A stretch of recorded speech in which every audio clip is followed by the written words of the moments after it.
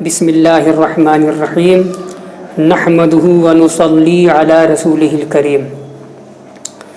پچھلی نشست میں نے اعتکاف کا حکم بیان کیا تھا۔ آج انشاءاللہ اس کے چند اہم مسائل اور اس کی وہ مشہور جو 3 قسمیں ہیں اور اس کا اصطلاحی معنی۔ اعتکاف کی اصطلاحی تعریف ہے: عبادت کی نیت سے مسجد میں اللہ کے لیے رکنے کو اعتکاف کہتے ہیں۔ اب اعتکاف کی 3 قسمیں ہیں: اعتکاف واجب، اعتکاف سنت، اعتکاف مستحب۔ اعتکاف واجب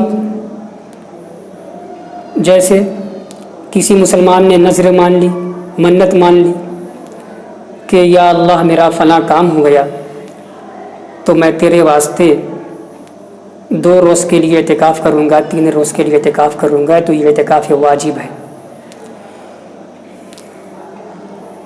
اور اعتکاف واجب کے لیے بھی روزہ رکھنا شرط ہے۔ دوسرے نمبر پر ہے اعتکاف سنت، وہ اعتکاف جو رمضان شریف کے آخر عشرے میں کیا جاتا ہے۔ ہمارے یہاں وہ اعتکاف سنت کفایہ ہے کہ مسلم آبادی بستی محلے کے سارے لوگوں پر وہ ضروری نہیں ہے، سب کے لیے وہ سنت نہیں ہے، بلکہ اگر کوئی ایک فرد بھی اعتکاف کر لے گا تو انشاءاللہ وہ سب کے ذمے سے ساقط ہو جائے گا، وہ فریضہ اور وہ ذمہ داری اتر جائے گی۔ اور اگر ایک شخص بھی محلے کا بستی کا اعتکاف نہ کرے تو عند اللہ سب ماخوذ ہوں گے، پکڑے جائیں گے۔ اور اس اعتکاف کے لیے بھی روزہ شرط ہے، اس کے لیے رمضان شریف کا روزہ کافی ہے۔ تیسری جو قسم ہے اعتکاف کی، اعتکاف مستحب، اور خواہ وہ رات میں ہو یا دن میں ہو، اس کے لیے کوئی وقت متعین نہیں۔ مسجد میں جانے والا رات میں گیا، دن میں گیا، 2 گھنٹے کے لیے گیا، گھنٹے کے لیے گیا، وہ اعتکاف مستحب کی نیت کر لے تو انشاءاللہ وہ جب تک مسجد میں رہے گا، معتکف رہے گا، اس کو ثواب ملے گا، اور مسجد سے باہر نکلے گا تو خود بخود اس کا اعتکاف ختم ہو جائے گا وہاں پہ۔ تو یہ 3 قسمیں ہوئی اعتکاف کی۔ اعتکاف کے جو بہت اہم مسائل ہیں، چند کچھ وہ یہ ہیں کہ اعتکاف کرنے والا خواہ قصداً یا بھولے سے جیسے بھی مسجد سے نکلا، 1 منٹ کے لیے بھی اگر وہ مسجد کے باہر آئے گا تو اس کا اعتکاف ٹوٹ جائے گا اور اس کے ذمے قضا واجب ہوگی۔ صرف 2 عذر ایسے ہیں کہ ان دونوں عذروں کی وجہ سے ایک معتکف کو مسجد سے نکلنے کی اجازت ہے، صرف انہی دونوں کام کی وجہ سے۔ ایک عذر طبعی ہوتا ہے، ایک عذر شرعی ہوتا ہے۔ عذر طبعی میں پیشاب پاخانہ ہے یا ایسے ہی غسل فرض ہو گیا وہ ہے، تو یہ عذر طبعی ہے، اس کی وجہ سے معتکف کو مسجد سے باہر نکلنا جائز ہے۔ انہی کام کے لیے وہ مسجد سے باہر آئے گا، فوراً کرے گا، فوراً واپس ہو جائے گا، یہ ہے عذر طبعی، اور اس کی وجہ سے اعتکاف ٹوٹتا نہیں ہے۔ دوسرا عذر ہے عذر شرعی۔ وہ کیا ہے؟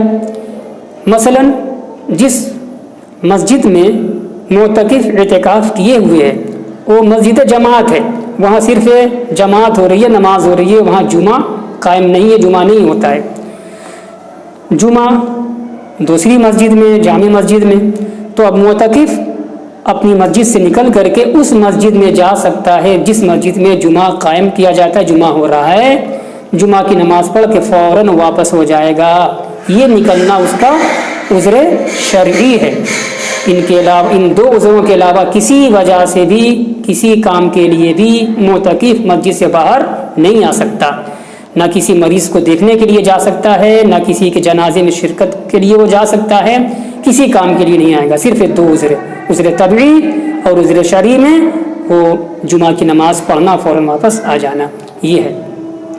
اب ایک چیز ہے کہ معتکف مسجد میں کیا عمل کرے نماز کے علاوہ، نماز تو پڑھ ہی رہا ہے وہ، تو فرض ہے تو پڑھ ہی رہا ہے، تو نوافل کی بھی کثرت کرے، وہ نفل نماز کو پڑھے، قرآن شریف کی تلاوت کرے، دیگر وہ اذکار اور اوراد وظائف پڑھے، دعائیں کرے، توبہ کرے، استغفار پڑھے، درود شریف پڑھے، اور جیسا کہ در مختار میں ہے کہ وہ انبیاء علیہ السلام کے واقعات کو پڑھے اور اولیاء و صالحین کی حکایتیں پڑھے۔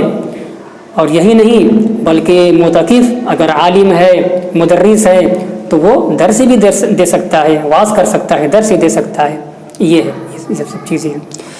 اس زمانے میں جو ایک خاص بات سامنے آ رہی ہے، مشاہدے میں بھی ہے اور خبروں کے ذریعے سے بھی معلوم یہ چیز ہوئی کہ بہت ساری مساجد میں جو معتکفین ہوتے ہیں وہ رات میں بیٹھک کرتے ہیں، عشاء کی نماز ہو گئی، تراویح ہو گئی، اب وہ بیٹھ گئے جا کے کنارے، ان کے دوست آ رہے ہیں، احباب آ رہے ہیں، وہاں چائے پان ہو رہے ہیں اور ڈھاہا ٹھٹا ہو رہا ہے، یہ حرام ہے۔ مسجدوں کی حرمتوں کو پامال کرنا ہے، مسجد میں دنیا داری کی باتیں کرنا ہے۔ اللہ تبارک و تعالیٰ اعتکاف کے مسائل کو ہمیں سمجھنے کی توفیق عطا فرمائے اور اس کی اعتکاف کے احترام کو برقرار رکھنے کی ہمیں توفیق عطا فرمائے۔ وآخر دعوانا ان الحمد للہ رب العالمین۔